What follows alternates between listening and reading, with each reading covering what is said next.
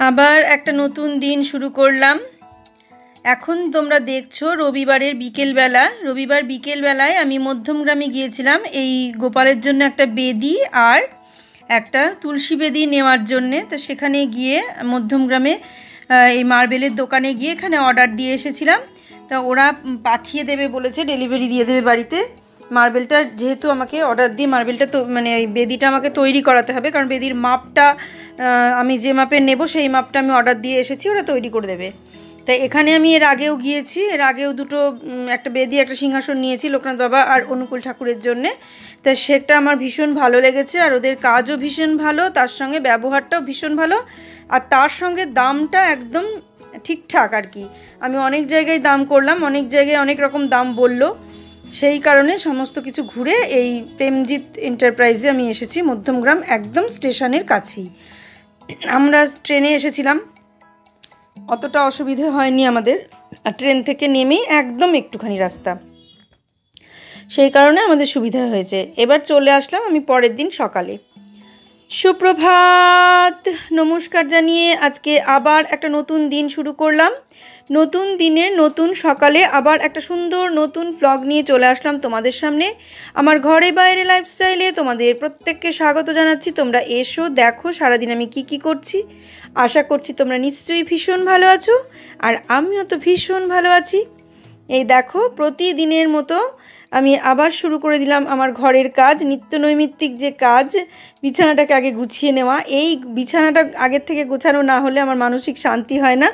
আমি মনে মনে আগে ভেবেই নিই ঘুম থেকে উঠে, হ্যাঁ কোনো দিন হয়তো চাটা খাওয়ার পরে বিছানা গোছায়, আবার কোনো দিন চা খাওয়ার আগেও হয়তো গোছানো হয়ে যায়। এটা এখন এমন কিছু গোছাতে সময় লাগে না, তার কারণ শীতের সময় যতটা কষ্ট হয় লেপ কম্বল এটা ওটা ভাঁজ করা, গরমের সময় তো বিছানায় সেরকম কিছু থাকে না, শুধু এই পাতলা দুটো কম্বল ওটুকু ভাঁজ করতে এমন কিছু টাইম লাগে না। আর তার সঙ্গে বিছানা এমন কিছু নোংরাও হয় না, শুধু যেটুকু সময় শোয়া হয় সেটুকু সময়। আর এখন গরমের সময় বলে একটু ঘরে তাও এসিটা চালিয়ে বসা হচ্ছে, কিন্তু যখন শীতের সময় বা একটু বর্ষা পড়লে আর এই ঘরে ঢোকাই হয় না, ঘর একবার গুছিয়ে বেরিয়ে গেলাম ব্যাস থেকে গেল। আর তাছাড়া বিছানার ডলা ব্যাপারটা তো নেই, ডলার মতন কেউ নেইও এখন আপাতত, সেই কারণে বিছানা ডলা হয় না বলে বিছানা নোংরাও হয় না, বিছানা অগোছালোও হয় না। ওই যেটুকু শুয়ে ওঠার পর অগোছালো হয়ে থাকে সেইটুকুই, তার বেশি আর কিছু হয় না, কাজে আর কোনো অসুবিধে হয় না। এবার আমি বিছানা গুছিয়ে নিয়ে তারপরে ভাবলাম যে বেসিনের নিচটা আমি পরিষ্কার করব। অনেক দিন ধরে আমি এগুলো একটু করে করব ভাবছি, পরিষ্কার করব ভাবছি, কিন্তু সেগুলো করা হয়ে উঠছে না। যেদিন যেরকম সময় পাচ্ছি সেদিন সেরকমভাবে সেইটুকু করে পরিষ্কার করছি। তোমরা দেখছো দিনে একটু করে করছি, কোনো দিন কিচেন, কোনো দিন ডাইনিং টেবিল, কোনো দিন এই জায়গাটা, এরকম দিনে একটু করে আমি পরিষ্কার করছি। আর তার সঙ্গে টুকটুক করে যেগুলো কেনার দরকার সেগুলো কিনছি, তার কারণ এই কটা দিনের মধ্যে এই কিছু মানে জিনিস কেনা হলে এরপরে আর কিছু কেনা হবে না, মানে রিটায়ার করে গেলে আর মানে 2-3 বছর আমি কিছুই কিনতে পারবো না। সেই কারণে এখন টুকটুক করে যেটুকু পারছি কিনে কেটে ঠিকঠাক করে রাখছি। এরপরে আর সম্ভব হবে না, কারণ যা বেতন পেনশন তো তার অর্ধেক হয়ে যায়, সেটা সবাই জানো, কিন্তু খরচ তো আর অর্ধেক হবে না, কাজেই পেনশন অর্ধেক হয়ে যাবে। তো সেই কারণে আমি এখনই টুকটুক করে যা পারছি মোটামুটি কিনে রাখছি। হয়তো এত কিনছি বলে তোমরা ভাবতে পারো যে এটা কিনছে সেটা কিনছে ওটা কিনছে, কিন্তু আমার কাছে এটা অনেক বেশি কেনা, আবার অনেকের কাছে হয়তো এটা খুব সামান্য কেনা, তা সেই কারণেই বলছি। আর এইভাবে এটাকে পরিষ্কার করে নিলাম। এর আগে আমি যখন প্রথম এই বাড়িতে আসি, এই ফ্ল্যাটে আসি, যাই হোক এটা বাড়ি বেরিয়ে যাচ্ছে মুখ দিয়ে, কারণ এটাকে বাড়ি ভেবে নিয়েছি আমরা, তাই না? ঠিক সেই কারণে এটা বাড়ি বেরিয়ে যাচ্ছে মুখ দিয়ে। যাই হোক, এই ফ্ল্যাটে যখন আমি এসেছি তখন আমি এই বেসিনের নিচটায় খুব সাধারণভাবে রেখে দিতাম সব কিছু, কিন্তু সমস্ত কিছু জিনিস যখন সাধারণ রাখতাম কিছু না পেতে, তখন কি হতো মানে অনেকটা উঁচু জায়গাটা, ছোটো ছোটো জিনিসগুলো পুরো জায়গাটা ঘিরে যেত, আর ওপরে কিছু রাখা যেত না, তাই অল্প জিনিস রাখা যেত। তখন আমি ঠিক করলাম যে এরকম একটা সেলফ যদি রাখা যায় তাহলে আমার সুবিধে হবে, তাহলে সেলফের মধ্যে করে রাখলে পরে অনেক জিনিস রাখা যাবে। তা সেইটা ভেবে আমি এই সেলফটাকে বের করলাম। আর এই সেলফটা দেখছো, এই সেলফটা বুবাই যখন খুব ছোট ছিল সেই সময় এর মধ্যে বই রাখা হতো। আগে গ্রামের দিকে এরকম সেলফ খুব ব্যবহার করতো মানুষ, শহরের দিকে ব্যবহার করে কিনা আমি জানি না, তবে আমাদের গ্রামের দিকে মানে প্রত্যেকটা বাড়িতেই এরকম মানে পড়ার জন্যে, পড়ার বই খাতা রাখার জন্যে বাচ্চাদের এরকম সেলফ ছিল। তা আমারও ঠিক সেই রকম, আমিও তার ব্যতিক্রম নই, ঠিক আমারও ওই রকম বুবাইয়ের পড়ার জন্যে, বই খাতা রাখার জন্যে এই সেলফ কেনা হয়েছিল। এটা 3টে তাকের সেলফ কেনা হয়েছিল। তা 3টে তাকের মধ্যে একটাকে আমি এরকম ভাগ করে নিয়ে এখানে রাখলাম, আর এর ওপরের যেটুকু আছে ওপরের পার্টটা, সেই পার্টটা আমি নিয়ে গিয়ে রেখেছি ঠাকুর ঘরে, আমি যেখানে ধূপকাঠি মানে প্রদীপ দিই সেইখানে। তোমরা দেখতেই পাবে যে মানে দেখেছো আমি যখন ধূপকাঠি দিচ্ছি ওখানে দেখেছো ওটা রাখা আছে, কিন্তু যেহেতু ঢাকা আছে বলে বোঝা যায় না, তা সেই কারণে ওইভাবে ওটা রেখেছি। আর একটা ছিল পার্লারে 4 তাকের কিনেছিলাম একটা ওই রকম, সেটা তখন আমি ওই ঠাকুর ঘরেই রেখেছি। সেটা মধ্যে বুবাইয়ের বাবার ওই সমস্ত ফাইল আছে, আর কিছুই নেই। এই হলো আমার 2টো সেলফ কেনা। আর একটা সাদা সেলফও কিনেছিলাম বুবাই যখন আরেকটু বড় হলো, যখন ওই মানে আরেকটু বেশি বই রাখতে হবে, তখন একটা ঘিয়ে ঘিয়ে টাইপের চওড়া বড় সেলফ কিনেছিলাম, বেশ খানিকটা চওড়া। ওটা 3টে তাকের ছিল, ওটাতেও অনেক বই আটতো, আর ওটা খুব শক্তপোক্ত, ওটা এখনও আছে। আর একটা যখন বহরমপুরে আসলাম, এইচএস যখন দেবে আর কি, সেই সময় যখন বহরমপুরে আসলাম সেই সময় আর একটা কিনেছিলাম সেই রট আয়রনের সেলফগুলো। ওই সেলফটার আমি টগরিকে দিয়ে দিয়েছি। ওই সেলফটার মধ্যে বইয়ের এইচএসের বই থাকতো, সেলফটা ভালোই ছিল, ওটা দিয়ে দিয়েছি। আর অনেক ট্রাঙ্ক ছিল, সেগুলো দিয়ে দিয়েছি। কিন্তু আমার একটা স্বভাব আছে, আমার পুরনো জিনিসকে মানে স্মৃতি আঁকড়ে ধরে রাখা, স্মৃতিগুলোকে আমি ফেলতে চাই না। এটা আমার একটা বড্ড বাজে বলতে পারো, ভালো বলতে পারো, যা বলতে পারো, এরকম ধরনের একটা স্বভাব। কিন্তু আমি ওই মানে পুরনো জিনিসগুলোকে আবার রিমডেলিং করে ঘরে রাখার চেষ্টা করি। যেমন ধরো ওই একটা সোফা আছে, দেখবে আমাদের ওই সোফাটার এই দিক করে ঘুরানো যে সোফাটা আছে, খাটের মতো করা আছে, ওটা কিন্তু আমার বিয়ের খাট। ওই খাটটাকে কেটে আমি সোফা করে রেখেছি। তা এগুলো আমার মাথা থেকে আসে যে টুকটাক। এই আলনা যেটা এই ঘরে দেখো, আলনাটা, এই আলনাটাও কিন্তু আমার বাবা দিয়েছিল, সেই আলনাটাকেও আমি ওইভাবে কেটে রেখেছি। তা এই রকম অনেক জিনিস আছে যেগুলো আমি ফেলতে পারি না। অনেক গদি আছে যেগুলো ছাদের ওই সিঁড়ির ওখানে রাখা আছে। তা এখন তো এই ফ্ল্যাটে লোকজন বেশি আসেনি, তাই এখন গদিগুলোকে রাখতে দিয়েছে। কিন্তু এরপর যখন লোকজন এসে যাবে, আমাকে তো ওখানে গদিগুলো রাখতে দেবে না, আর ওগুলো বিক্রিও করা যাবে না। ছোবার গদি এখন কে কিনবে? এখন তো সমস্ত ওই গদি কেউ কিনবেও না। তো সেই জন্য গদিগুলোকেও রেখে দিয়েছি। অনেক তোষক গদি আছে যেগুলো খাটের ভেতরেই রাখা আছে। কিন্তু আমার এই যে মানে ধরে রাখা, মাঝে মাঝে মনে হয় এগুলো ধরে রাখা খারাপ, এত জায়গা নিয়ে রেখে দেয়। কিন্তু যখন আবার মানে প্রয়োজন হয় তখন মনে হয় না ঠিকই আছে। যখন বাড়িতে অনেক লোকজন আসে তখন আমি কি করি, ওই ভেতর থেকে গদি তোষক ওরকম বের করি। এই যে এই খাটটা, যে খাটটা ছোটো ঘরের যে খাটটা আমি রোজই দেখাই তোমাদের, এই খাটের 2খানা গদি পাতা আছে, দুটোই সেই স্পঞ্জের গদিগুলো। তা যখন বুবাইয়ের বিয়ে হয়, এই একটা গদি এখান থেকে নামানো ছিল, নামিয়ে আমাদের ওই ডাইনিংয়ে পাতা ছিল। যেহেতু শীতের সময় ছিল, বেশিরভাগ ঘরের মধ্যে যারা ঢুকছে যারা জামা কাপড় রেখেছে সব কিছু ঘরে তো আছে, কিন্তু বাচ্চাগুলো বেশিরভাগ ওই ডাইনিংয়ে ওই গদির ওপরেই ডলাডলি করেছে। তা এটা একটা বিরাট সুবিধে হয়েছে। তারপর রাত্রিবেলায় একদম মানে সবাই লম্বা হয়ে শুয়ে পড়েছিলাম, কোনো অসুবিধেই হয়নি। আর ওই সোফা একটা ছিল, আর একটা সোফা আমাদের পুরনো ফ্ল্যাটে ছিল, পুরনো ফ্ল্যাটটা বিক্রি করে দেওয়া হয়েছে, সেখানে ছিল।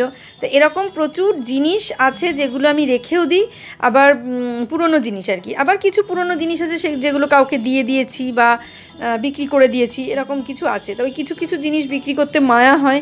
একটা পুরনো বাইক ছিল, বহু পুরনো বাইকটা, করিমপুরের, তার রেজিস্ট্রেশনও পার হয়ে গেছে, ওটার বোধহয় আর রেজিস্ট্রেশন হবেও না, এরকম ব্যাপার।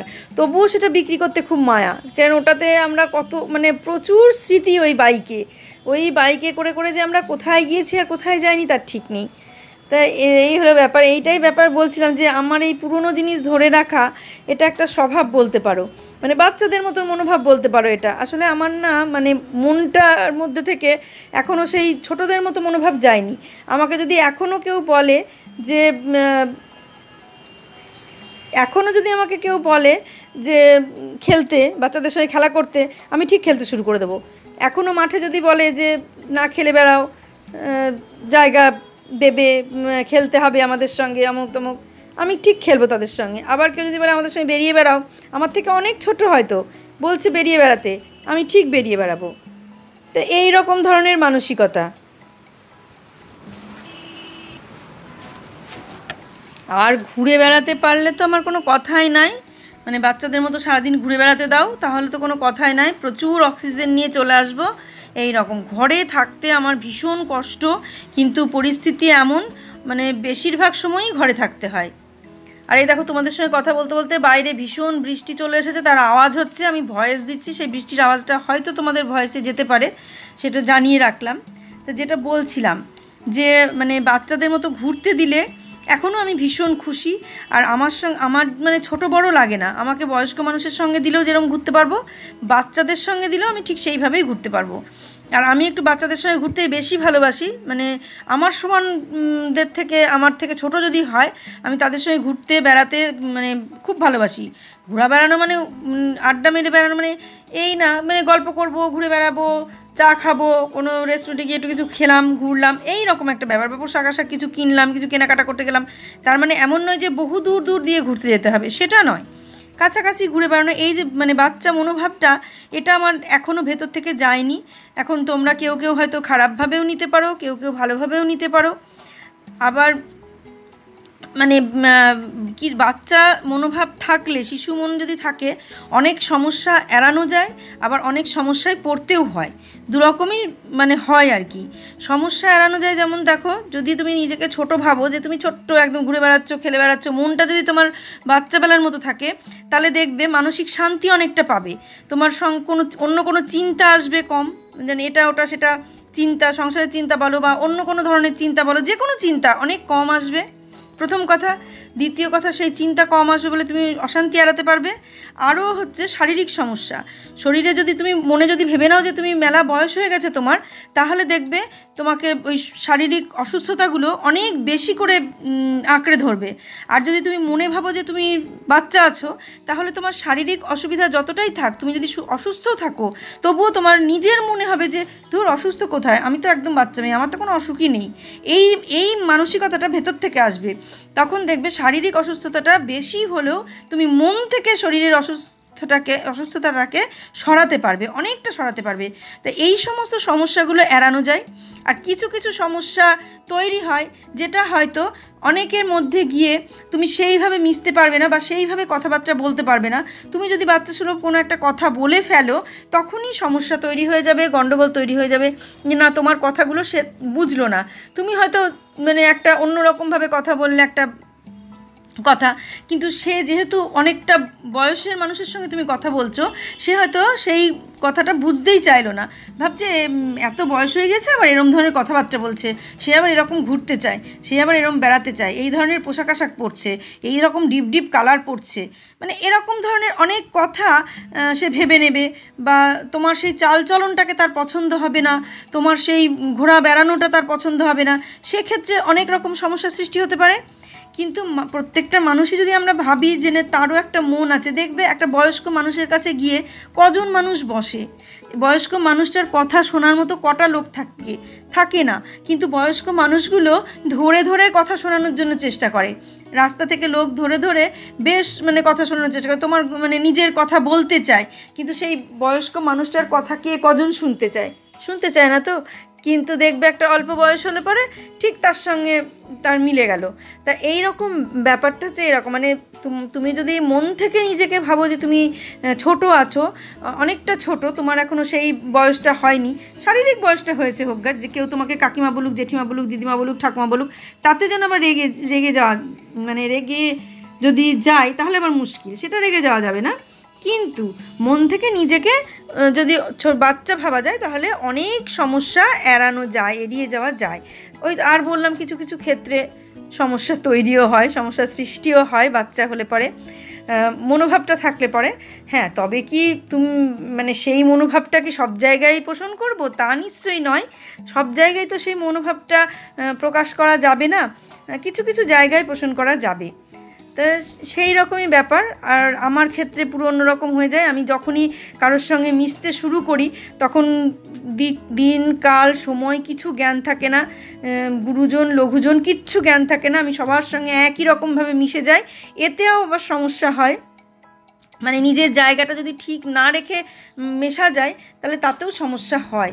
প্রথমে আমরা ভাবি যে আমরা সবার সঙ্গে সমানভাবে মিশবো, কিন্তু যখন সেই সমানভাবে মিশতে যাই কিছু কিছু মানুষ এমন আছে এই মেশাটাকে, আমি সমানভাবে যে মিশতে যাচ্ছি এই মেশাটাকে কিন্তু দুর্বলতা ভেবে নিয়ে অনেক মানে অপমানজনক বা মানে চেষ্টা করে অপমানজনক কথাবার্তা বলা বা তাকে সেই গোত্রীয় ভেবে নেওয়া, এরকম ভেবে অনেক রকম সমস্যার সৃষ্টি করে। আর অনেক সমস্যায় পড়তে হয়, যে সমস্যা থেকে কাটিয়ে ওঠা কিন্তু খুব মুশকিল হয়ে যায়। মানে আর বিশেষ করে আমার মেন্টালিটি এরকমই হয়ে যায়, আমি সবসময় সবার সঙ্গে একই রকমভাবে মিশতে চাই। এটা একটা চরম সমস্যা। আমার মনে হয় একটু দূরত্ব রেখেই মানুষের সঙ্গে মেলামেশা করা উচিত, কিন্তু সেটা হয় না। সেটা মেলামেশা করতে গেলে সেই জায়গাটা থাকে না। আমি হয়তো একজনের সঙ্গে মিশছি, সে আমার বন্ধু স্থানীয় হয়ে গেল, তার সঙ্গে মিশলাম, এবার সে যদি অন্যরকম আচরণ শুরু করে বা অন্য কিছু ভাবতে থাকে, আমার হয়তো সে কোনো কথা বলছে, আমি ভাবছি যে না এ আমার বন্ধু, আমি একে সেভাবে কোনো কথাবার্তা বলবো না, কোনো উত্তর দেবো না, যা বলছে বলুক গা, দুদিন পর ঠিক হয়ে যাবে। কিন্তু সে কি করবে, দীর্ঘদিন তুমি যদি উত্তর দিতে না থাকো, প্রতিবাদ করতে যদি তুমি দীর্ঘদিন না থাকো, তাহলে সেই জায়গাটাকে সুযোগ নেবে, নিয়ে ভাববে যে তুমি দুর্বল। এই দুর্বল জায়গায় চরমভাবে আঘাত করা যায় এটাই ভাববে।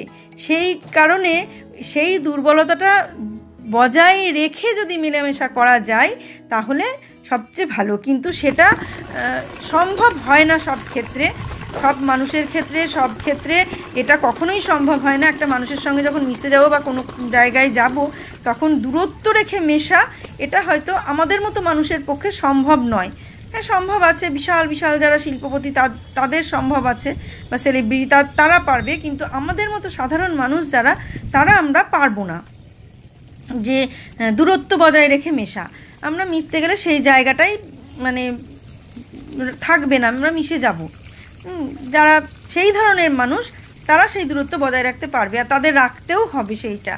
তারা না রাখলে তাদের তো সম্ভব না, কারণ একটা সেলিব্রিটি যাচ্ছে, সে যদি একদম সাধারণভাবে বেড়ায় তাহলে তো সে মানে রাস্তাতে ঘুরতেই পারবে না। সেরকম মানুষও আছে, এরকম বহু সেলিব্রিটি আছে যারা একদম সাধারণভাবে মেশে, এরকম বহু সেলিব্রিটি আছে, মুর্শিদাবাদেই আছে। তা যেটা বলছিলাম, এই মানে অনেক কথা বললাম, অনেক কথা বলতে বলতে আমি অনেকগুলো কাজ করে ফেললাম। আর আমি এই যে কাজগুলো দেখছো, এই যে বাইরের যে কাজ দেখছো, ঠাকুরের বাসন মাজা বলো, ঠাকুরের এই সমস্ত কাজগুলো, আর তারপরে শাক বাছা ধোয়া, তারপরে ওই যে মাছ কাটা, বড় কোনো মাছ নিয়ে আসলে কাটা, মানে এই টাইপের জিনিসগুলো যদি বেশি পরিমাণ হয় তাহলে আমি ছাদেই চলে আসি। শীতের সময় হলে আমার সমস্যা একটু কম হয়, কারণ শীতে তো রোদের তাপটা লাগে না, আর গরমের সময় হলে সেটা হয় না, মানে খুব কষ্ট হয় গরমের সময়, যে এই রোদে সেটা লাগছে, রোদও লাগছে, কষ্টও হচ্ছে, সবই ঠিকই আছে, কিন্তু এই কাজটা করতেই হবে। খুব স্পিডে করে ফেলছি, মানে ভিডিওতে তো স্পিড করাই আছে, তাছাড়াও আমি স্পিডেও করছি কাজগুলো, কারণ অতিরিক্ত রোদ, দাঁড়িয়ে থাকা যাচ্ছে না, প্রচুর কষ্ট। আর ঠাকুরের বাসনগুলো যখন আমি মাজলাম তখন দেখলে ওই ট্যাঙ্কের নিচে যে শেডটা আছে সেই শেডের তলায় বসে মাজলাম। তা এবার এগুলো হয়ে গেল, এখানকার কাজ মোটামুটি, বাইরের কাজ যা হয়ে গেল। এবার নিচে যাব, তারপর একটু থামবো, তারপর স্নান করব। একটু না বসে স্নান করলে গায়ের এই গরমটা, আর সঙ্গে সঙ্গে যদি জল ঢালি তাহলে তো ঠান্ডা লেগে যাবে, জানোই এখনকার যা সময়টা চলছে, সব ঘরে ঘরে জ্বর সর্দি লেগেই আছে। সেই কারণে একটু রেস্ট নেব, নিয়ে তারপরে স্নান করব ঘামটা সকালে। তারপরে স্নানটা করে এই যে পুজো করতে চলে আসলাম। পুজো করতে এসে আজকে যেহেতু সোমবার, শ্রাবণ মাসের সোমবার, তা সেভাবে যে কোনো বড়সড় করে পুজো করা তা নয়, 5টা ফল দিলাম, আর আকন্দের মালা, বেলপাতা, তারপরে অপরাজিতা, এই সমস্ত দিয়ে দুধ গঙ্গা জল দিয়ে শিবকে পুজো দিলাম। আর শিব যেহেতু ভোলানাথের মাথায় জল ঢাললাম, সেই সঙ্গে সঙ্গে তো আমার গুরুদেব, আমার লোকনাথ বাবা, তারপরে এদিকে আমার গোপাল বাবাজি, এদেরকেও একটু ফুল দিয়ে নিলাম। আর গাছে যে ফুল কাটা হয়, ওই ফুল কাটাতে সবার হয় না, সেই কারণে দুটো ফুল কিনতেই হয়। তা আজকে কিনেছিলাম, রাত্রেই কিনে নিয়ে এসেছিলাম। যে ওই মধ্যমগ্রাম গিয়েছিলাম, ওখানে স্টেশনে দেখলাম ফুলের মানে দামটা অনেকটা কম, অনেকটা। এখানে যেমন 30 টাকায় এই কটা ফুল দেয়, ওখানে আমি 10 টাকায় এতগুলো গাঁদা ফুল দিল, যেরকম শীতের সময় দিত সেরকমই দিল।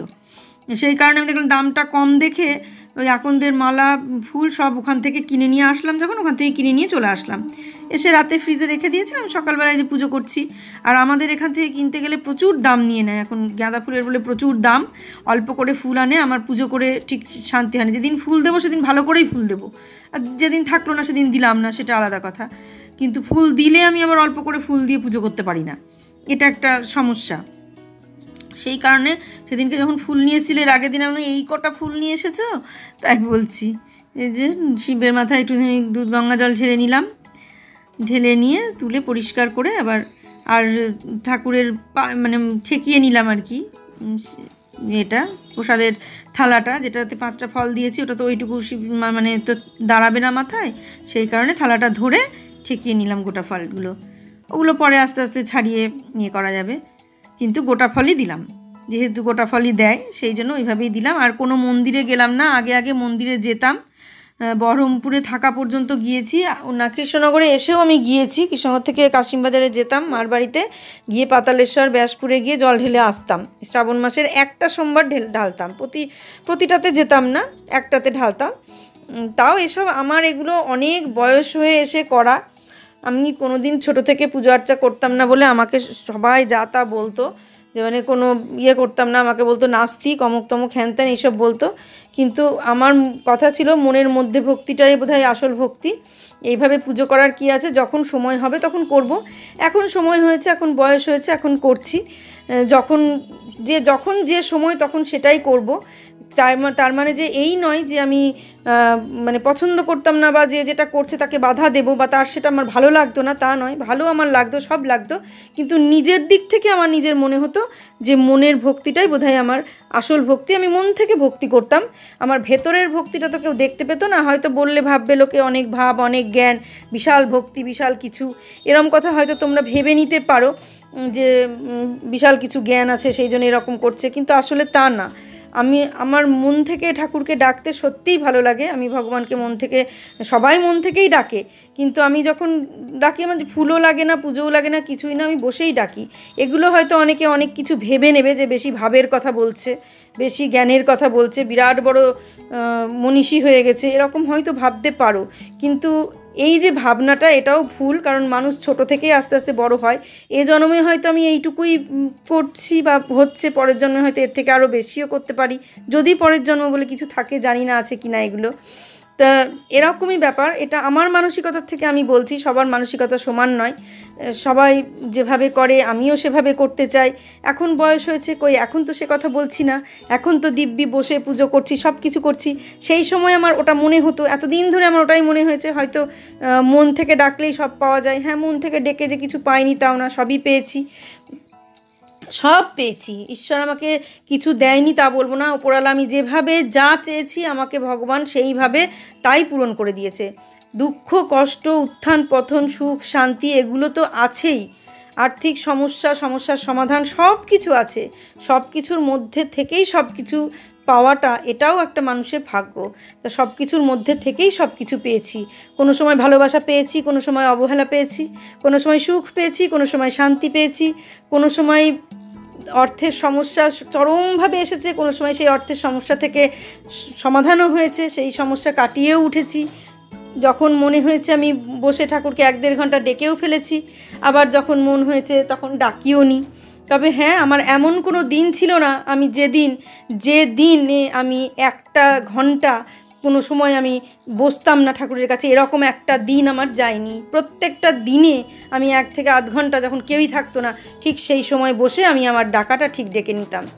এইটা আমার আছে, কিন্তু আজকে বললে হয়তো সবাই জ্ঞান ভাব মানে বেশি পাকা এ সমস্ত অনেক কথা বলবে, সেই কারণে কিছু বলতে চায় না। তবে হ্যাঁ, এক একজনের পুজো এক এক রকম। আজকের ব্লগটা আমি এইভাবেই শেষ করছি। তোমরা সবাই ভালো থেকো, সুস্থ থেকো, সাবধানে থেকো। সামনের দিন একটা সুন্দর নতুন ব্লগ দেখার অপেক্ষায় থাকো। আজকের মতো আমি আসছি তাহলে, আর আমার পুজো কেমন লাগলো তোমরা সবাই জানাবে। সবাই ভালো থেকো আর এইভাবে আমাকে সাপোর্ট করো। সামনের দিন একটা সুন্দর নতুন ব্লগ দেখার অপেক্ষায় থাকো।